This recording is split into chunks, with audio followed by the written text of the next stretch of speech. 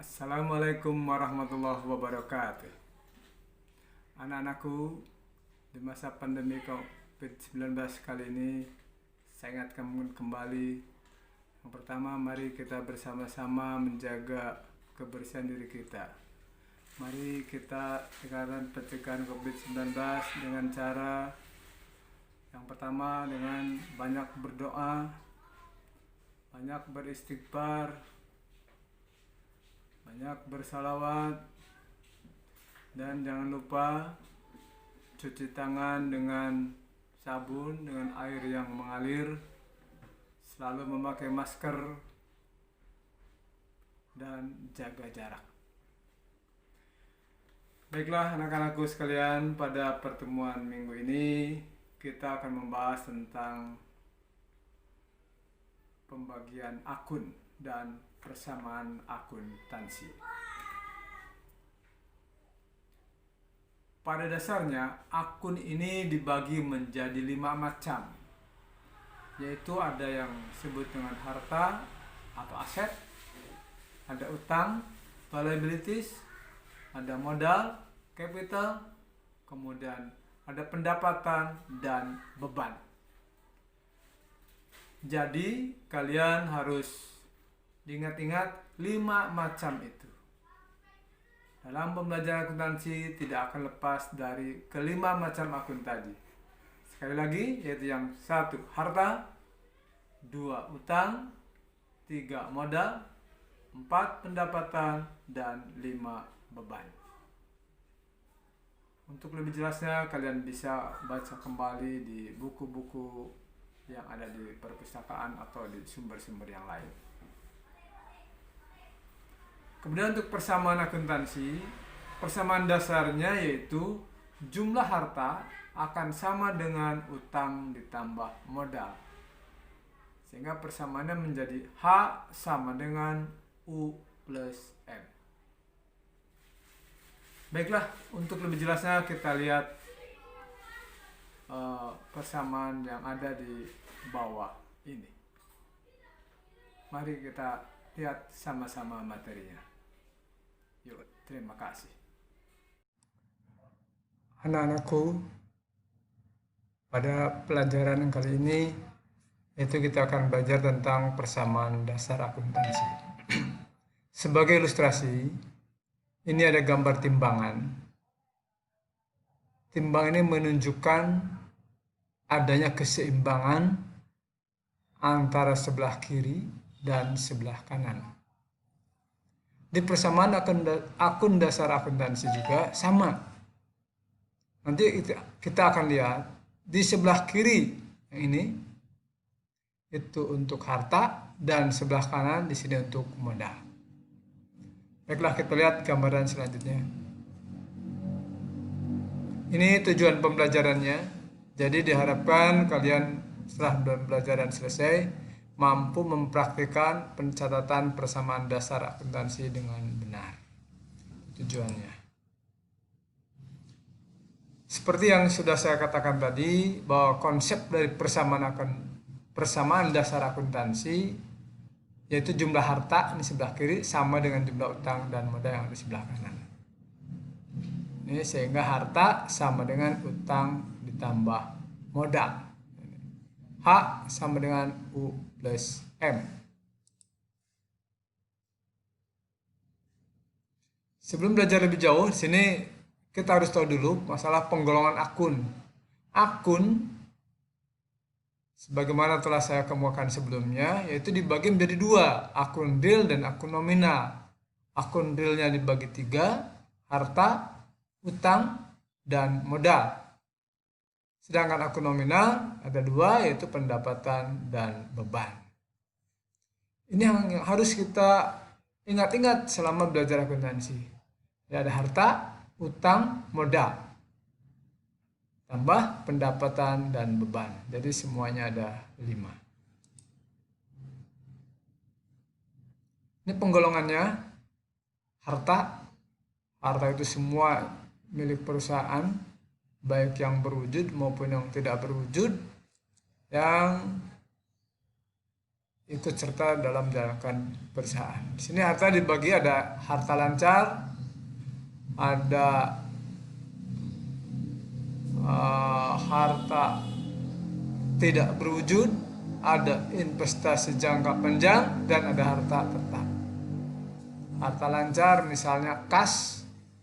Kas itu uang tunai, uang yang ada atau yang ada di perusahaan, uang tunai, termasuk di dalamnya tabungan. Itu kas. Yang kedua dalam harta lancar yaitu ada piutang usaha atau piutang dagang, ada piutang wesel, ada bahan habis pakai atau perlengkapan, itu harta lancar. Ada beban-beban yang dibayar di muka, dibayar di muka. Ini harta lancar. Ini umurnya harta lancar ini kurang dari 1 tahun. Beda dengan harta tetap. Ini harta yang umurnya panjang, seperti peralatan, kendaraan, tanah. Ada investasi jangka panjang. Ini baik investasi dalam bentuk saham maupun obligasi. Kemudian ada harta tak berwujud, wujudnya nggak ada tapi manfaatnya dirasakan oleh perusahaan. Kemudian ada utang, ini ada utang jangka pendek, ada utang jangka panjang, ada utang lain-lain. Utang jangka pendek adalah utang yang harus dilunasi dalam jangka kurang dari 1 tahun. Sedangkan utang jangka panjang ini harus lunas jangka waktunya panjang. Utang jangka panjang ini nanti akan berubah menjadi utang jangka pendek, yaitu pada cicilan terakhir yang harus dilunasi dalam tempo kurang dari 1 tahun. Ini ada utang lain-lain, yaitu di luar dari kedua macam utang yang ini. Nah, kode akun ini penomoran supaya mudah. Jadi di nomor-nomor akunnya, misalnya harta ini nomor 1, utang nomor 2, modal nomor 3, pendapatan nomor 4, nomor 5 beban. Jadi kalau ada akun misalnya kas nomornya 111, berarti 1 yang pertama menunjukkan harta, 1 yang kas itu menunjukkan harta lancar, dan 1 yang ketiga urutannya. Jadi nomornya 111 itu dalam penomoran.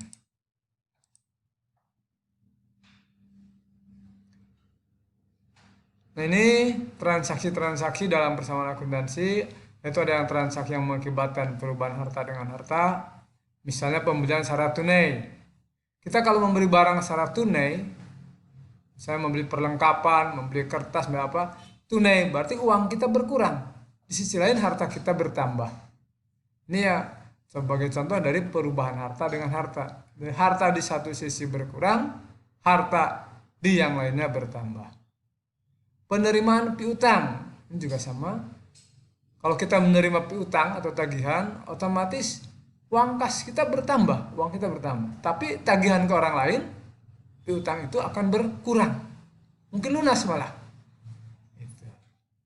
Kemudian penjualan harta secara tunai ini juga mengakibatkan uang kita nambah, karena barangnya dijual tunai, tapi barang yang kita punya itu berkurang.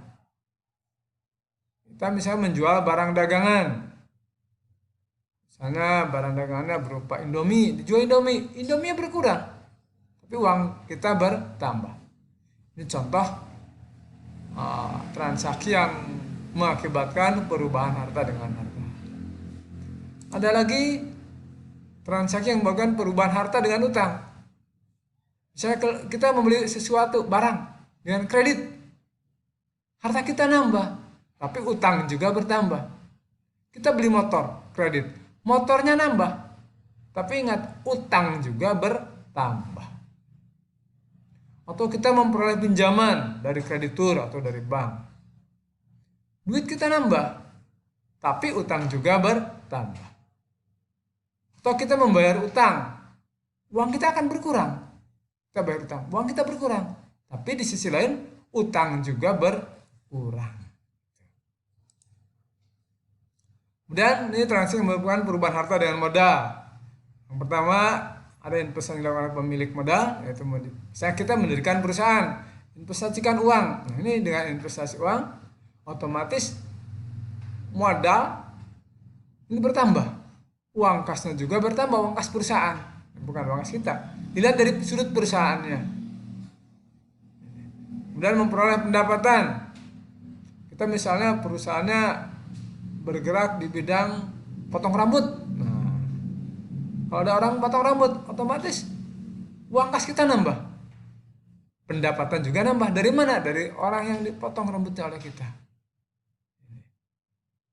Gitu ya.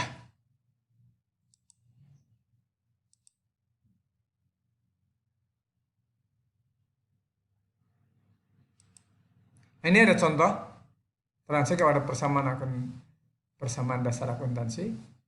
Tanggal 1 Maret, Dewi, ini nama orang, menyetor uang ke perusahaan sebesar 150 juta.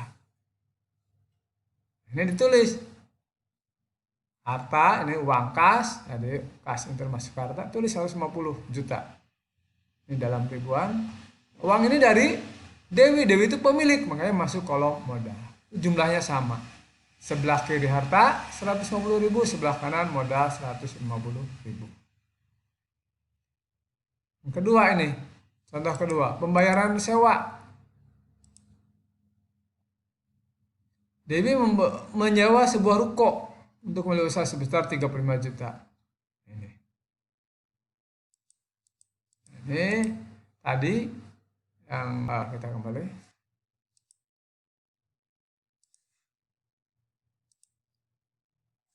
Ini